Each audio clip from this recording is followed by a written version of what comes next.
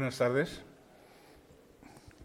Es para mí una gran satisfacción poder presentar y dar a conocer mi última novela ante esta escogida audiencia. Gracias a todos por su asistencia y por su benevolencia al prestar atención a un relato surrealista que puede motivar opiniones controvertidas y contradictorias. No en vano se trata de un relato de ficción, sino también de un ensayo sobre cuestiones vitales para el hombre como la vida y la muerte, la inmortalidad y el alma. La ficción es una propiedad importante en la vida de las personas y sobre todo de los escritores. Permite decir lo que quieres sin que nadie te lo reproche. Antonio Machado decía que después de la verdad, nada hay tan bello como la ficción.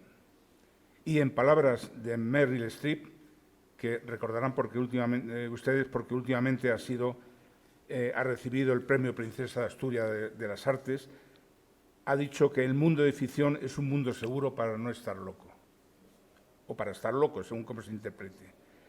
Es mi deber decir, además, que en la introducción a la novela no van a encontrar una historia amable ni un melódico canto a la condición humana. En contra de mi tendencia habitual, que es la espontaneidad, para expresar con mayor grado de claridad y de fluidez el contenido de la novela, y como la memoria ya va siendo flaca y enfermiza, les voy a leer, aunque de manera breve, algunas cosas que traigo escritas. El que quiera atreverse a leer este extravagante relato, prepárese para oír noticias desalentadoras y agoreros pronósticos para las personas perversas y pecadoras.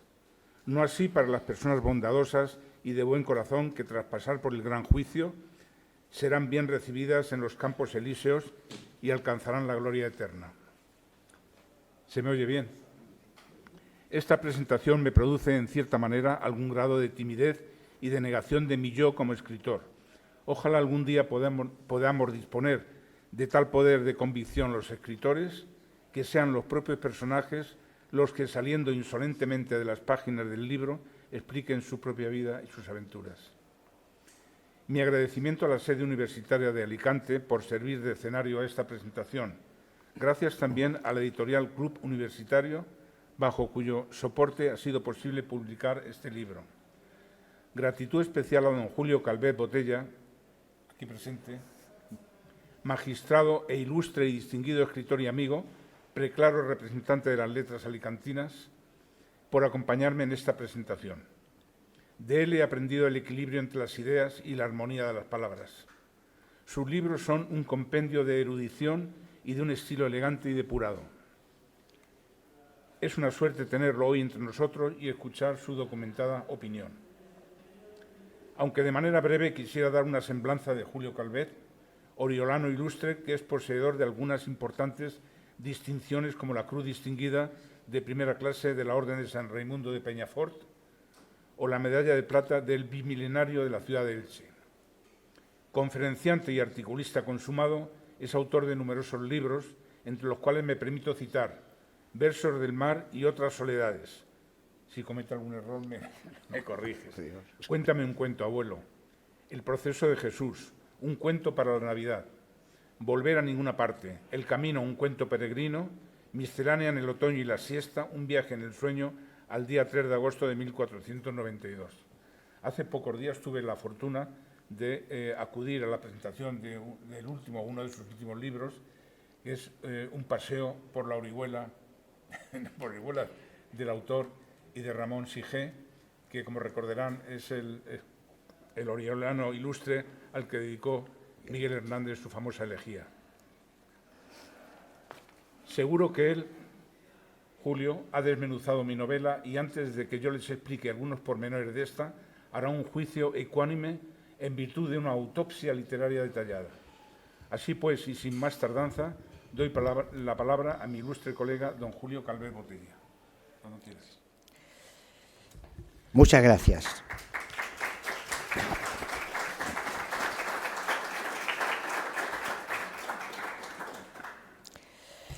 Gracias por tus palabras, reconocido amigo Carlos Sillero García, que has tenido la distinción de contar conmigo para acompañarte en este acto de presentación de tu libro Memorias de un escritor en la ciudad de los muertos. Yo no sé si la vida nos depara encuentros que de alguna forma estaban ya dispuestos. ¿Debemos creer en la casualidad? ¿Qué es lo casual? ¿Debemos quedarnos en lo que dice el diccionario de la lengua de eventual o fortuito? Yo creo que hay algo más. Digamos que en la vida hay encuentros sorprendentes. Y para mí fue un encuentro sorprendente coincidir con Carlos Sillero en la Feria del Libro de Alicante del año 2022 como autores firmantes y sucesivos en la caseta de Editorial Club Universitario. Carlos Sillero presentaba su libro El pícaro erudito, un libro que conseguí en aquel momento y que luego ávidamente leí en unos pocos pero seguidos días. Y lo leí con mucho agrado, pues de alguna manera el personaje de la novela, Juan Alcocer, Carlos Alfín, y mi abuelo materno, Julián Botella Mateo, salvando los tiempos distintos y lejanos de sus vivires, tenían unas relaciones comunes, lo que a mí me encantó. Médicos ambos, universitarios en el Madrid eterno, con prácticas médicas similares y conocedores de los cuerpos y acaso de las almas, les hacían coincidir. Mi abuelo fue médico forense de un juzgado de instrucción de Madrid y también profesor de medicina legal en la Universidad madrileña. Y yo aprecié que ambos, Carlos y mi abuelo, eran amantes de esos ambientes tan madrileños que no deberían terminar.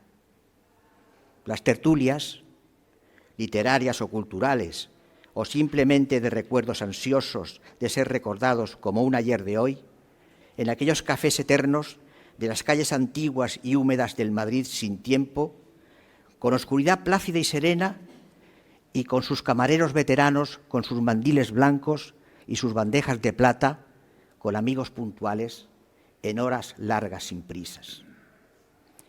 Quedé satisfecho de la lectura del libro del pícaro, erudito y universitario.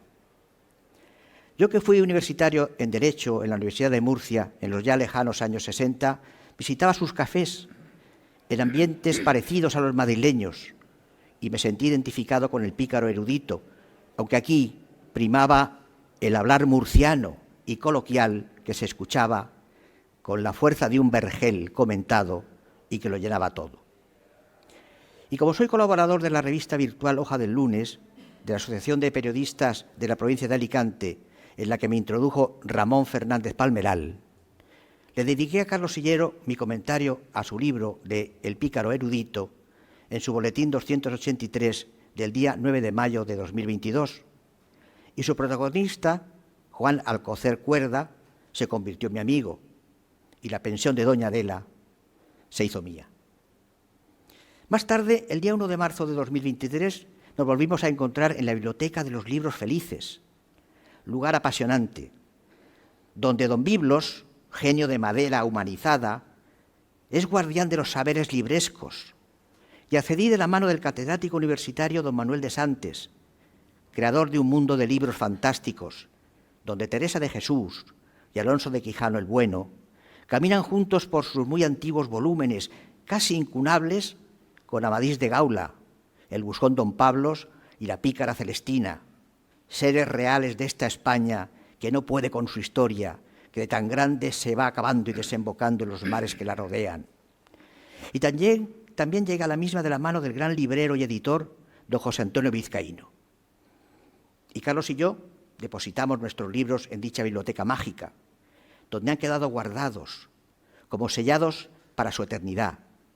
Y así nuestros libros han quedado en compañía de Calderón, Lope y Cervantes, y de los glosarios y cartularios de los inquisidores generales, y los misales miniados de la Castilla de los monasterios de Suso y Uso de San Millán de la Cogolla, y de todo un camino de Santiago, patrón de las Españas.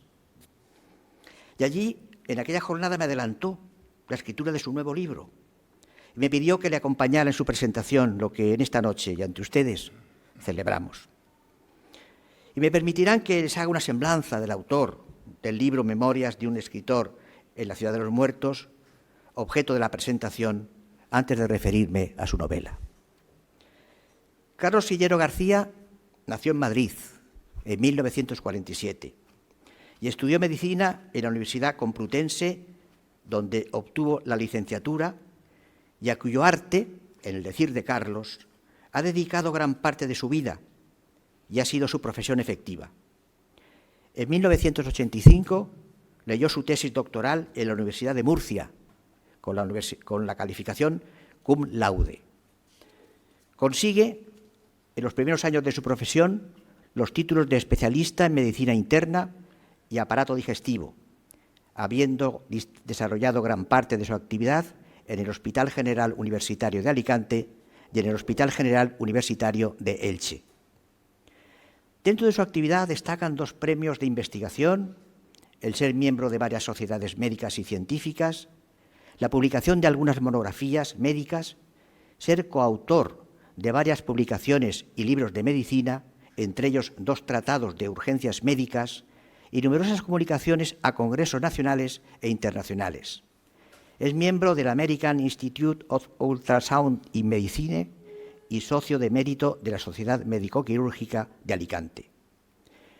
Al tiempo de su jubilación, en noviembre de 2012, era responsable del Servicio de Medicina Digestiva del Hospital General Universitario de Elche, habiendo publicado unos 200 trabajos de investigación en revistas nacionales e internacionales.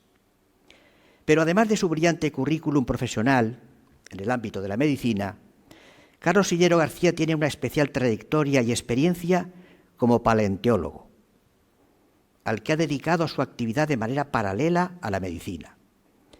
Carlos Sillero es un apasionado a la ciencia de la paleontología, siendo miembro fundador del Grupo Cultural Paleontológico de Elche y de su Museo Paleontológico, así como de la revista Cidaris y en Memorias de MUPE, junto con su amigo don Joaquín López, biólogo. Estas especies paleontológicas, convenientemente denominadas, han sido aceptadas por la comunidad científica internacional y los holotipos de las especies descubiertas, la mayoría del género Brisopatagus, están depositadas y blindadas en el Museo Paleontológico de Elche.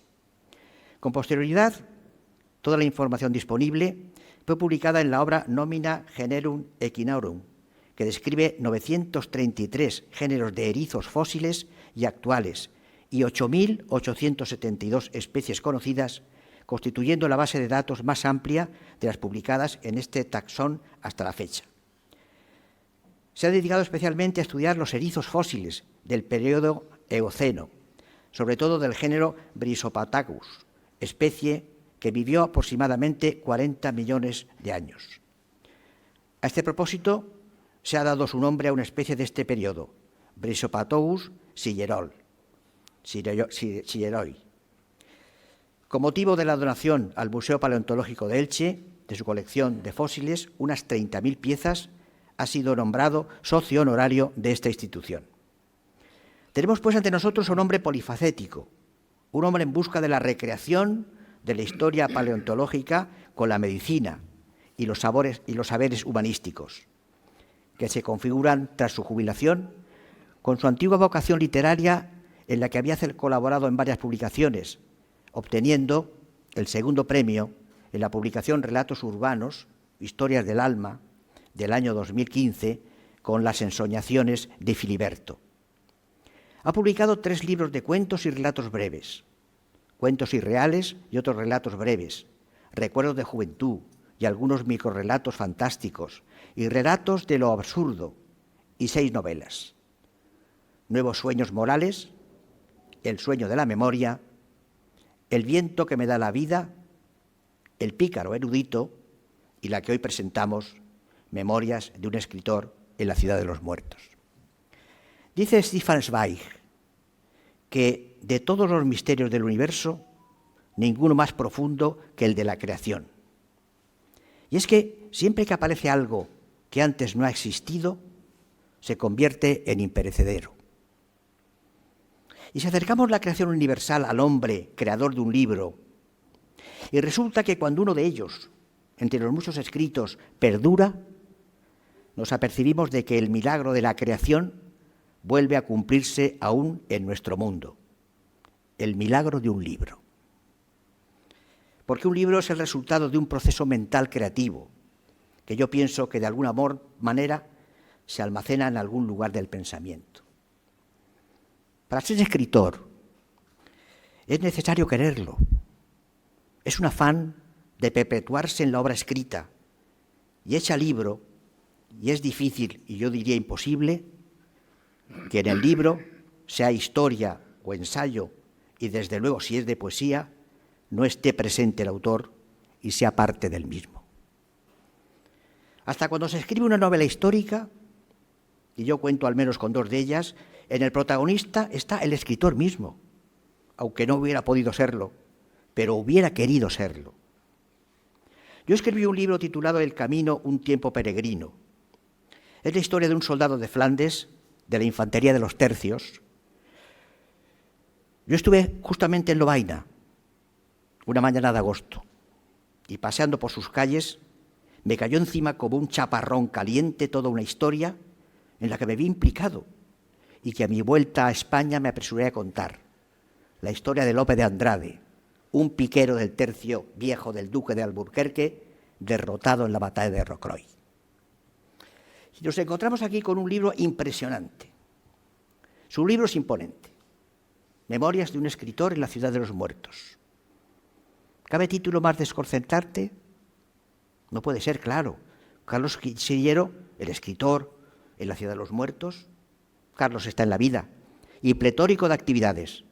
Pero con su libro nos ha llevado a un lugar que ha soñado o que ha creído ver y que es la ciudad de los muertos, y en espera de comparecer ante el Tribunal de Selección de Almas, sede del juicio final individual, antesala del purgatorio y el infierno, donde reinan los seres diabólicos, los servidores de Satanás, también llamado el Gran Maligno.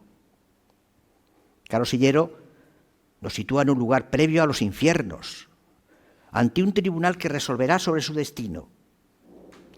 Muchos escritores del Antiguo nos llevaron a los infiernos, narrándonos tradiciones o seducciones del descenso al mismo que los griegos llamaron catabasis. Por el infierno averno discurrió Ulises en busca de Aquiles, que le dirá que preferiría servir a un esclavo como esclavo a ser el rey de todos los muertos. Luego Eneas, acompañado de la Sibila, para visitar a su difunto padre Anquises, y Orfeo, el cantor por excelencia, en busca de su amada Eurídice, para rescatarla del inframundo, cuando al final la pierde por mirar hacia atrás, como le pasara a la mujer de Lot, convertida en estatua de sal. Y los héroes Teseo y Pititoo, que fracasan en sus intentos de raptar a Perséfone, la esposa de Hades, el dios infernal, y devolverla a la luz del sol. Y aquí Carlos Sillero, en su prólogo o prefacio, como el lector quiera y el sentido común se lo diga, tras la cita de Lucio Anneo Séneca, cordobés, hispano y romano, el decir que la vida es como una leyenda, no importa que sea larga, sino que esté bien narrada.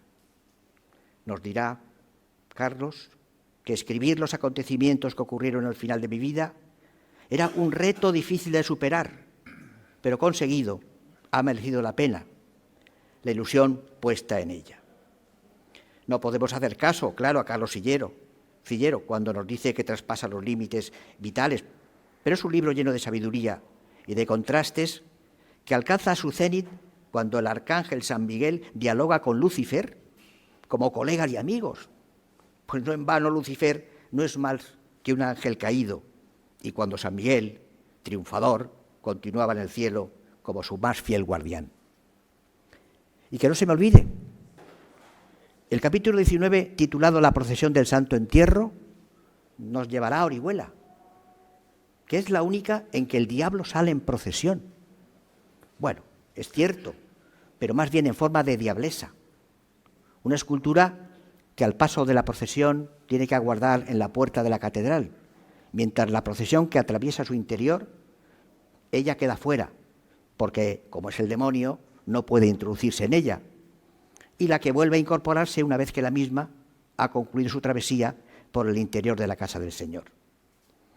Y bueno, estamos ante un libro lleno de personajes que deambulan por él, reales, históricos o hijos de la ficción literaria, y casi parece que no falta ninguno, desde Don Quijote a Maribárbola, desde Fausto a Mefistófeles, desde Platón a Mozart y su requiem funerario masónico, al Miserere cristiano y tenebroso de Bécquer, y un montón de demonios mayores y menores, un inframundo y un enorme gentío. Y ahora, dicho lo anterior, pasemos a escuchar a Carlos Sillero García para que nos hable de su libro Memorias de un escritor en la ciudad de los muertos. Muchas gracias.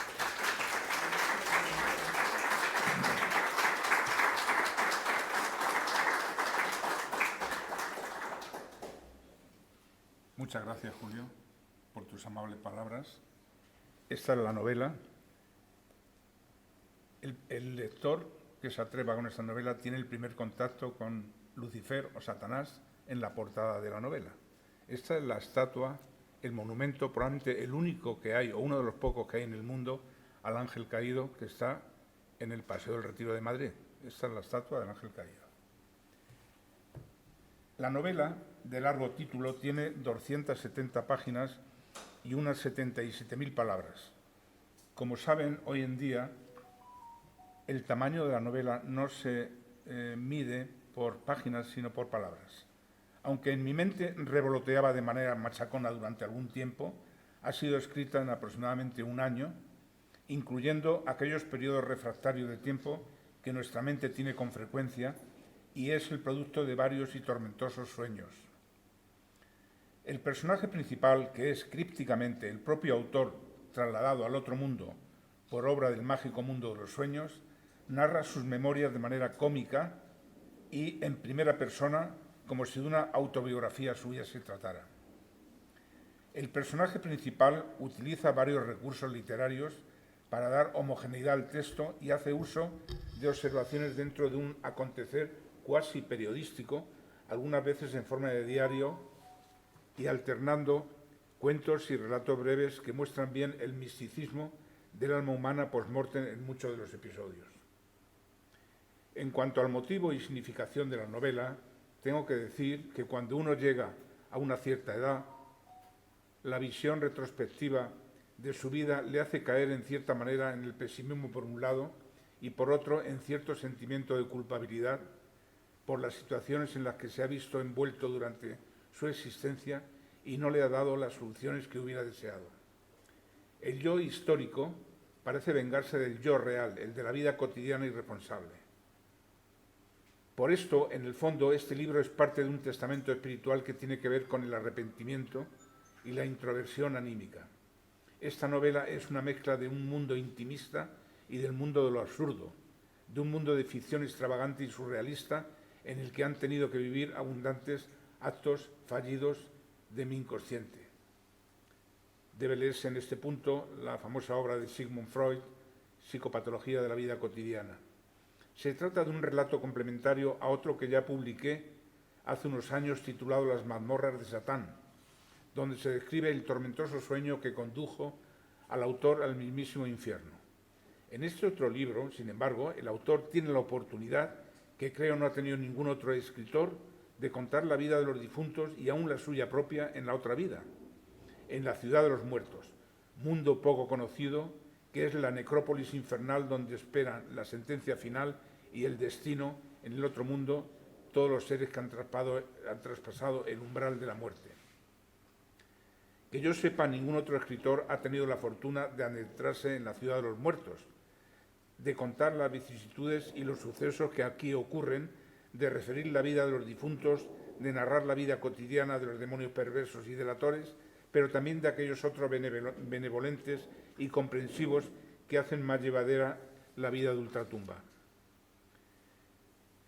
Ni siquiera Dante en la Divina Comedia visitó la ciudad de los muertos y fuese directo con su divino acompañante Virgilio al anteinfierno, introito o antesala del mismísimo Averno. En este libro, el escritor, que en cierta manera se considera un escritor fracasado, tiene conversaciones íntimas con el diablo y peculiares ideas sobre el sentido de la vida y de la muerte, las facultades del alma, la amistad y el amor verdadero. El lector que se aventure a leer esta novela quedará sorprendido por los secretos que guardan nuestros sueños, el significado de la vida y de la muerte, el poder oculto de la mente y algunos otros secretos que de una forma cómica y amable hacen más fácil nuestra partida al más allá.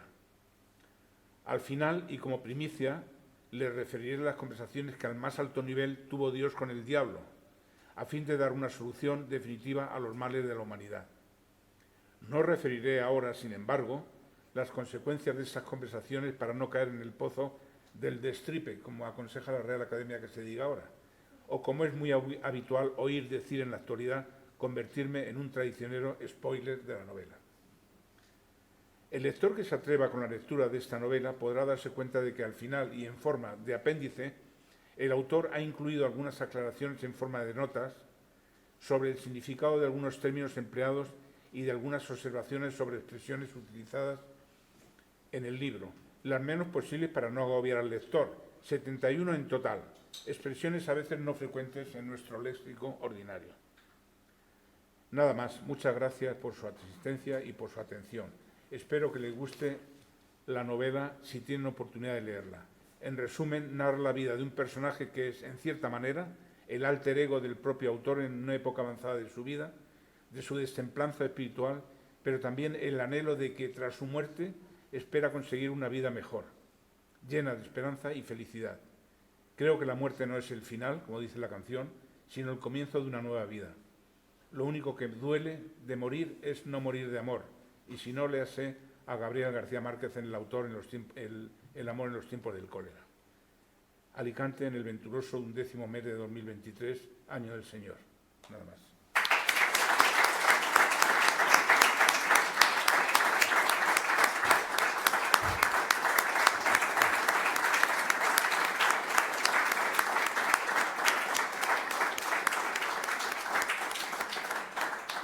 El autor y el presentador están dispuestos a contestar a las preguntas que quieran hacerle, si estamos en disposición de contestarlas, si bien muchas de ellas, referentes a un mundo tan críptico y enigmático, tengan una difícil respuesta. Ya está. A ver, Ramón, abre fuego, que tú eres capitán de infantería. Bueno, lo que le iba a decir, que la muerte no es el final, es una frase, es un verso, el himno de infantería. Lo sé. Lo sé, sí. Y era un clérigo, el parte del regimiento de 1912, por ahí, de la fusión.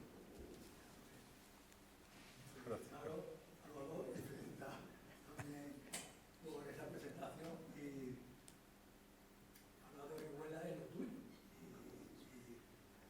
Y no ha hablado de Trinitario Luis Caldebol, porque hiciste tu trabajo ese, Sí. que era el catequismo y lo que pues de amigo de Antonio Cánovas del Castillo, que el padre era de Orihuela. Eso no lo sabe. El padre Cánovas del Castillo. Felicitado y enhorabuena. Bueno, por favor. Creo que nos hemos quedado todos un poco pensando que parece que has dicho que tú has estado en el inframundo en un tiempo y nos gustaría que nos contaras cómo fue que llegaste al inframundo y te encuentras ahora también. Lo que pasa que en la primera ocasión en que yo visité el infierno, en un profundo y terrorífico sueño, que es una manera de ir al infierno, al Averno, fui directamente al inframundo, al infierno. En esta ocasión he tenido la suerte de pasar primero por la ciudad de los muertos. La ciudad de los muertos es el cementerio donde iremos todos cuando nos muramos y allí recapacitaremos sobre nuestras vidas y esperaremos pacientemente a que llegue el juicio final, para entonces ir definitivamente al infierno o al purgatorio. Todo lo que a mí me ocurre acontece en el mundo de los sueños, que a veces pueden ser terroríficos. Me he permitido traer, a ver si lo encuentro,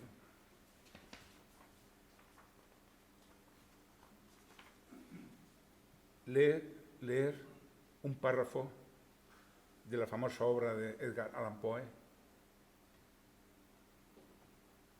y dice lo siguiente, de El entierro prematuro, que es una obra famosa suya. Dice: intenté gritar, y mis labios y mi lengua reseca se movieron convulsivos, pero ninguna voz brotó de los cavernosos pulmones que, oprimidos como por el peso de una montaña, jadeaban y palpitaban con el corazón en cada inspiración laboriosa y difícil. Esto fue exactamente lo mismo que a mí me ocurre periódicamente, no con mucha frecuencia por suerte, pero me ocurre de vez en cuando con una experiencia dentro de sueños terroríficos, no ya como pánico o terror a la muerte, sino que lo vivo en realidad en sueños, lo vivo conscientemente, lo que ahora llaman experiencias cercanas a la muerte. O sea que sí que he tenido ciertas... Y es una lástima que no esté presente una persona que me prometió que vendría hoy a la presentación, que es un experto en el asunto de la vida y de la muerte, y ha escrito incluso libros sobre eso, pero que en sueños he tenido experiencias que me han conducido al otro mundo y lo he podido vivir con esa actitud. ¿Y qué relación tiene esta experiencia tuya con lo que nosotros llamamos la comunión de los santos? La comunión de los santos, no lo sé. Porque realmente la comunión de los santos es el lugar donde esperamos el juicio final, desde el punto de vista religioso, claro. Sí, bueno, ha habido muchas denominaciones, desde San Agustín, etcétera, muchos nombres, para definir el sitio, el antro, donde permanecen las almas mientras son juzgadas. La comunión de los santos yo no lo sabía, la verdad, pero me imagino que es esto. Y no sé qué decirte. No sé qué decirte. ¿Que la comunión de los santos qué? No, es que como hablas del inframundo, Sí, y la comunión de los santos es ese inframundo, sí. pensaba que habías tenido una experiencia onírica de ese inframundo y también de la comunión de los santos, que había una relación. Digamos, comunión de los santos para unas almas que han caído en el inframundo después de separarse del cuerpo y están ahí esperando pacientemente a que venga el juicio final, y otras almas que por lo visto son las que tú has recreado, en las que están ahí en ese inframundo simplemente esperando, pero sin más, y además sufriendo, parece ser, no sé. Sí. No, bueno, para contestar esta pregunta en realidad hay que leer la novela. En la novela es donde explico yo todo este tipo de cosas, ¿eh? En la ciudad de los muertos están las almas puras, las almas pecaminosas, están los demonios o diablos delatores y perversos, pero también los diablos que ayudan al difunto en su persistir en la ciudad de los muertos. Y por eso, al final es cuando, como ha dicho Julio, y ya he repetido él también, cuando Dios tiene conversaciones con el diablo para llegar por fin a deshacer ese hecho tan malévolo de los males de la humanidad. Vamos, la comunión de los muertos pues, es una forma, digamos, de la persistencia de ciertas almas en el inframundo, en el mundo del más allá, como dicen otros también. Adelante. Bueno, yo quería felicitar a Salvador, me ha encantado saber que un pateta con vosotros y es un autor entrañable, que tengo mucho cariño con vosotros, que habéis contado con los libros felices, como los de Santos y tal. Es verdad, allí lo llevaste. Yo con respecto al libro, que bueno, no lo he leído, y bueno, me gustaría, es un libro optimista, vamos a pasarlo bien, vamos a sufrir, considero que me voy a divertir con el libro y vamos a llegar a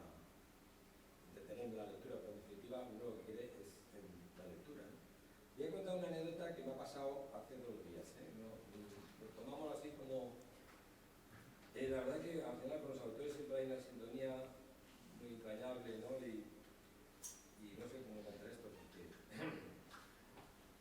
hace poco ha fallecido Miguel Viver, un autor nuestro que era el Sin Galones, ¿no?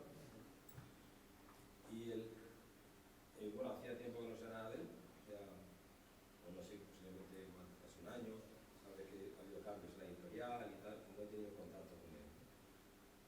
Y sigo todavía con el tema de la asociación de libreros, sigo manteniendo y me voy a dedicar a eso, ¿no? Y el viernes por la mañana, sería la una de mediodía, no sé por qué se me ocurrió, me puse a pensar en él, amigo Oliver. Él habló con la chica de la editorial y dijo, mira, quiero hacer un libro que está en todas las librerías, porque es un libro de cocina, ¿no? Y un libro de alimento, ¿no? Y me gustaría que, bueno, pues no sé, que ese libro estuviera, y porque pienso que sí, es interesante, ¿no? Pero en un momento se me pasó que esto es la había pasado. El sábado a la misma hora, 24 horas después, estaba, como sabéis, en afición que tengo por ir con mucha miel, y me llama un amigo del retorno y me dice, oye, ha fallecido. Había fallecido en bypass, en el que yo estoy hablando con Marina de hacer una publicación del libro. Y bueno, no es una pesta. Es que estaba en un momento y se acordaba de mí, pero se acordaba bien, ¿no? Y la verdad que a mí me impresionó bastante cuando me llama a mí y me dijo, ¿sabes? No sé por qué en ese momento me había venido a la mente y estaba pensando en él, ¿no? Y tomé la decisión de publicar el libro para ese libro de la librería. De hecho, me llamo a la viuda por la tarde y digo, mira, ¿sabes? Y tal. Y ya, bueno, pensaba hacerlo, pero si no te importa, hacerlo como homenaje a él, ¿no? Para el autor. Bueno, es una anécdota que se queda ahí, ¿no? Pero en fin, yo sí creo que la vida no termina, que en la cabeza hay muchas cosas y mucha creatividad, y eso no se puede quedar ahí, ¿no? Yo creo que seguiremos ahí en la ciudad de los muertos y nos iremos de marcha y cada uno montará su fiesta o algo así, no lo pasaremos bien. ¿El libro tuyo es optimista? ¿Me considero optimista? Una de las cosas, creo yo, más importantes de esta novela y de lecturas similares a esta novela es considerar que la ciencia está empezando a entrever, está empezando a sospechar que puede haber una base científica que explique efectivamente que la muerte no existe. Existe, pero se continúa con otra vida posterior. Y eso es muy importante. Hay muchas teorías, pero por ejemplo hoy en día está muy de moda la teoría cuántica, la mecánica cuántica está intentando explicar la vida después de la muerte en forma de partículas que se almacenan en los microtúbulos de las células, de las neuronas, de las células nerviosas, y que eso no se pierde, eso queda almacenado en forma de memoria cuántica y es lo que puede explicar no solamente las experiencias que han tenido determinadas personas que han vivido prácticamente la muerte, sino que puede explicar la vida que nos espera a todos en el futuro, lo cual es esperanzador. Yo creo que en la novela hablo algunas de estas cosas y pueden inducir, pues, por lo menos a pensar en que algo importante va a ocurrir después de que nos muramos. Y eso es una vida, otra vida, pero una vida mucho más trascendente y maravillosa. No sé, Julio, ¿tú qué opinas? Sí. Cuestión de creencias también. Yo soy un hombre de fe y sin poder concretarlo, porque no lo puedo concretar, yo espero que hay otro más allá. ¿La vida después de la vida? Sí, no sé, no lo puedo concretar, pero yo espero. Es cuestión de fe. De fe y de formación en la sociedad en que yo nací, hace ya 77 años, y eso es así. Yo llevo he estado muerto miles, millones de años y nunca me ha preocupado eso. Sí, entonces yo pienso que después de la vida, que desde que nacemos estamos muriendo poco a poco. pero que la muerte se produce como un hecho incidental que no se entiende si no se tiene una vida plena, pero que existe algo después de la muerte, lo cual ya, por lo menos creer en eso, ya para mí es muy importante. Hay un personaje, si me permiten, en lo del inframundo. Yo soy un amante de don Juan Tenorio. Recordarán que don Juan Tenorio, cuando es indultado, se ha marchado, ¿verdad?, dejando a doña Inés, en fin, y vuelve al cabo de 10 años, va a buscar el palacio, el palacete de su padre, donde precisamente ocurrió todo lo que ocurrió, y se encuentra con que aquello que era un palacete, ¿verdad?, es un cementerio.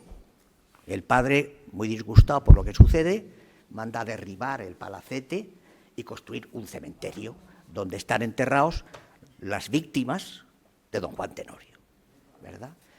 Ahí se encuentra el enterrador, que le da cuenta de que ha muerto su padre, ha muerto doña Inés de pena, ha muerto, bueno, los asesinados por él, y luego, como sabéis, pues en definitiva, invita a la cena a los amigos, en fin. Y en esa cena, como sabéis, donde se aparece el comendador, y están medio durmiendo sus amigos, al despertar no se lo creen, total, que uno de sus amigos lo mata en la cena. Y el siguiente momento es que aparece en el cementerio, muerto ya, y oye el desfile de su entierro, ¿verdad? Y entonces cuando, en fin, está en esa situación, que realmente es un inframundo, ya está muerto, pero aún está allí, y entonces el comendador, un punto de contrición, bla, bla, y entonces aparece doña Inés. Doña Inés ha muerto, y doña Inés está en el cielo, pero va a renunciar a estar en el cielo para acompañar y salvar a don Juan Tenorio y estar en el purgatorio con él, purgando con él, ella, que es la verdadera protagonista del Tenorio, hasta que esté ahí.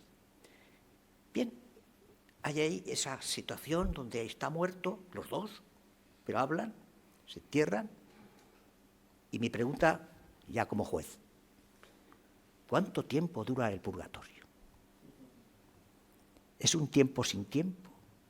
¿Tiene una duración? Aquí, cuando en derecho alguien mata a alguien, pues dice tantos años de cárcel.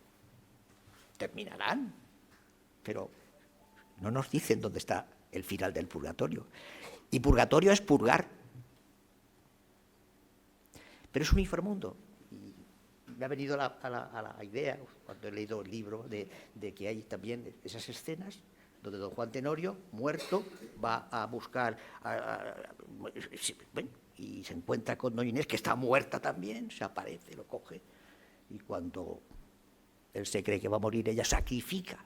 Por eso es la protagonista, la mujer, es la vencedora de todo el pecado, de toda la malicia del momento, y sacrifica el estar en el cielo para pasar al purgatorio y purgar con don Juan Tenorio las penas de él, que ya no, con lo cual es un gesto extraordinario, digamos, dignificando absolutamente a doña Inés del alma mía. Sol del donde luz la toma. Perdón.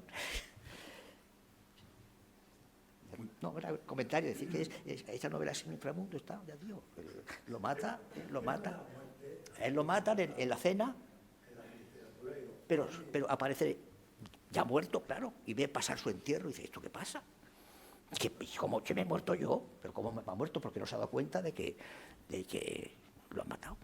Y entonces pues está ahí esperando, y en esa espera, hay una espera un tiempo para saber qué pasa con él. Pues en fin, doña Inés le coge de la mano y lo rescata, a diferencia de lo que hace Tirso de Molina, que van al infierno, porque entonces tenía que ir al infierno necesariamente. Estamos en la Contrarreforma. Y Tirso de Molina, bueno, y todos los demás. Yo creo, Carlos, que vamos a tener que seguir conversando muchas veces después de que lea el libro, porque a tenor de lo que he escuchado, me siento inquieto por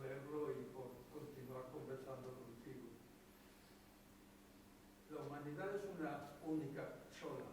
Y el concepto y sentido de la muerte difiere según las culturas y según los pueblos, también en el paso del tiempo.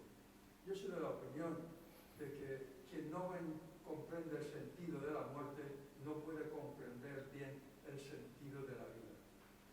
Yo quería preguntarte cómo valoras ese invento trascendental de la naturaleza en su evolución a partir de Lucas y del ADN primitivo. ¿Cómo valoras el descubrimiento de la muerte para que la vida prosiga y que cuando aparecen los humanos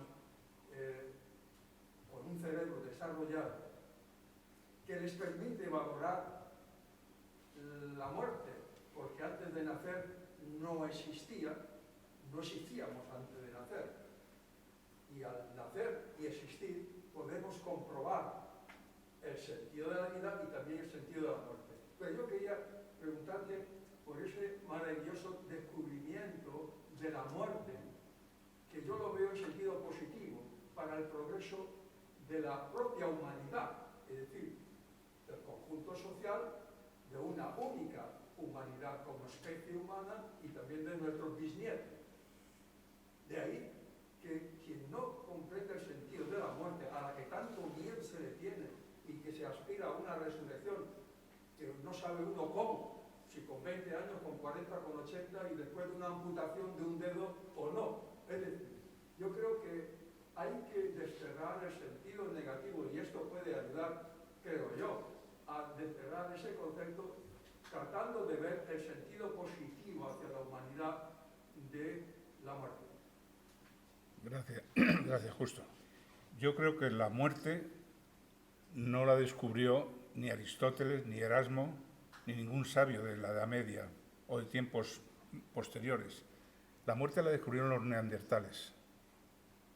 La raza neandertal fue la primera que tuvo conciencia de la muerte y de hecho son los primeros que practican ritos funerarios en las personas que mueren.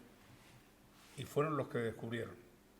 Y la muerte la descubrieron como una cosa necesaria, como tú dices. Es decir, la muerte no es una fatalidad, sino que es una consecuencia de la vida y fue descubierta por ellos, por los neandertales.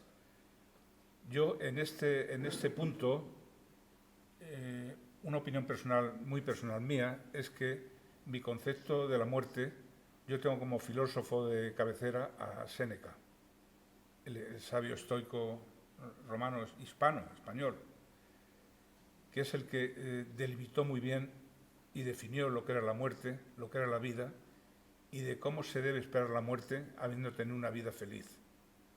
Porque él mismo dice que incluso si la vida no ha sido como se espera, no ha sido feliz o ha estado llena de contratiempos irremediables, él acepta que las personas se pueden suicidar, lo cual es un antecedente importante de las teorías actuales de la eutanasia, etcétera, etcétera. O sea que la muerte no es una consecuencia de la vida y que tiene que continuar. Es así.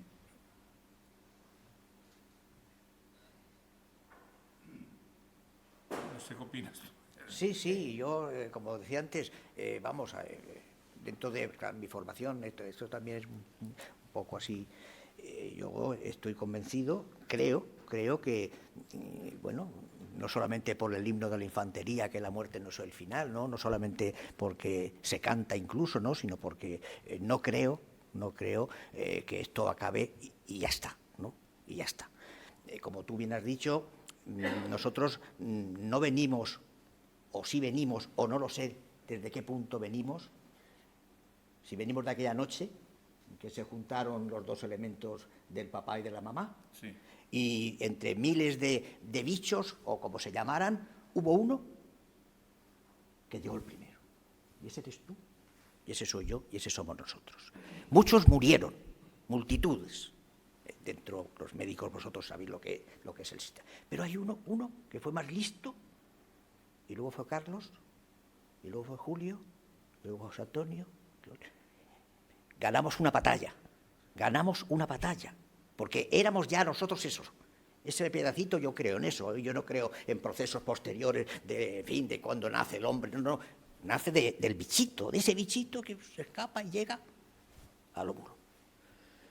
Y somos, por eso, para mí, la personalidad humana es única e indivisible. Es la sustancia individual de naturaleza racional que dice Boecio.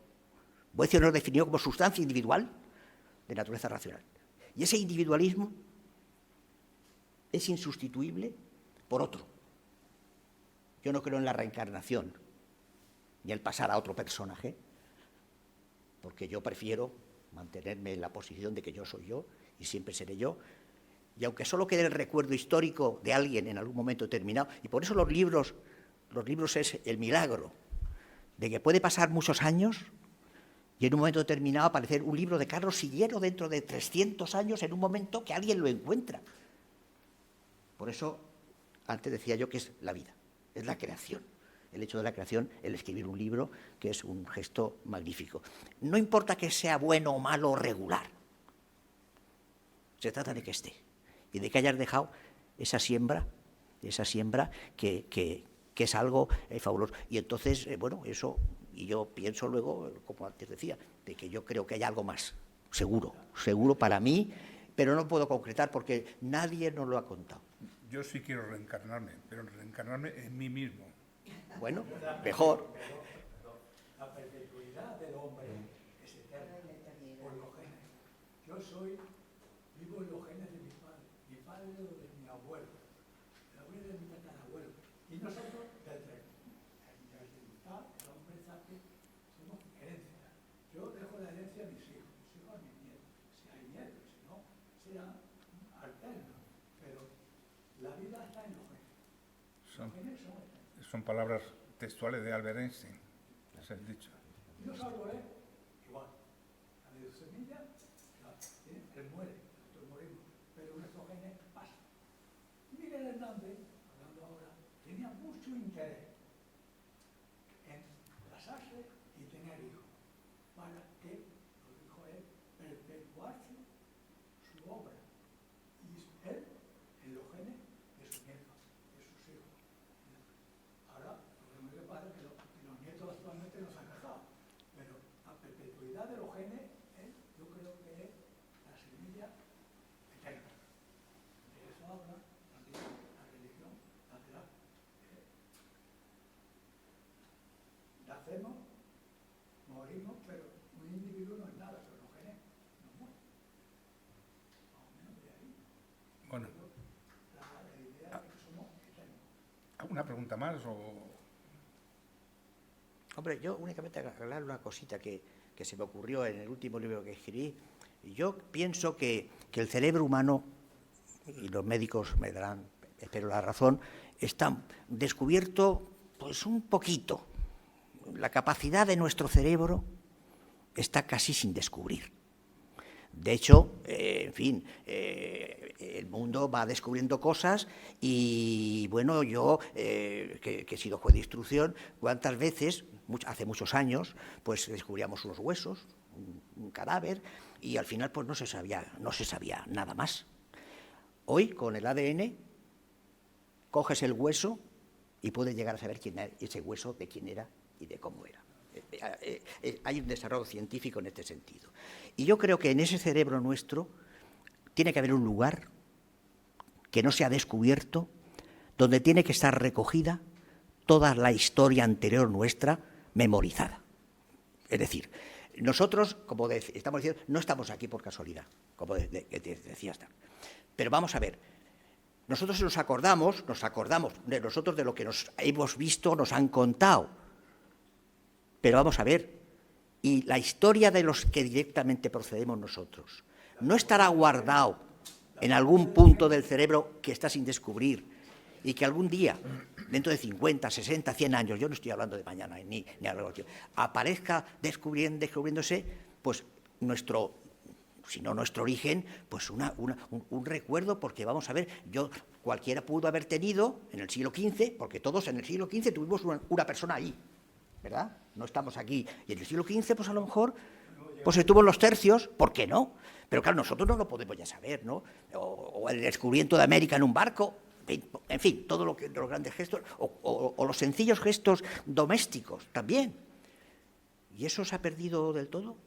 Porque el cerebro va avanzando en conocimientos. La memoria, bueno, no es ya memoria a lo que me refiero, sino a un contenido ahí que pueda ser luego reconocible y que pueda surgir y saber, pues, hasta dónde, o qué somos, o quién somos. Como tú decías, nosotros llevamos muchos años, pero es que lleva muchos años por antecedentes, maté, que no conocemos. Yo creo que sí. Claro. Y termino, a veces, ¿verdad? Ustedes han visto, ustedes han ido alguna vez a algún sitio al que no han ido nunca y no tienen la sensación de haber estado. Coño, esto me recuerda a, eso de que me recuerda a, ¿te recuerda? ¿A qué te recuerda? No, que se parece, no. Yo a veces, muy pocas veces, ¿no? He llegado a un pueblo, chico, si parece que estoy en Orihuela, por ejemplo. Pero es que a lo mejor sí que estaban allí. Y de alguna forma tengo recogido que yo estuve en Segorbe, o en Segovia, o en Catalañazor, y lo tengo ahí escondido en un lugar. Y de pronto, hace así. O personas que te recuerdan a personas que a lo mejor es un dibujo de, no sé, de Quevedo, de Cervantes, yo no sé si te parece. Pero bueno, vamos a ver, no lo has podido conocer. Bueno, en fin, y termino. Bueno, muchas gracias a todos por su asistencia.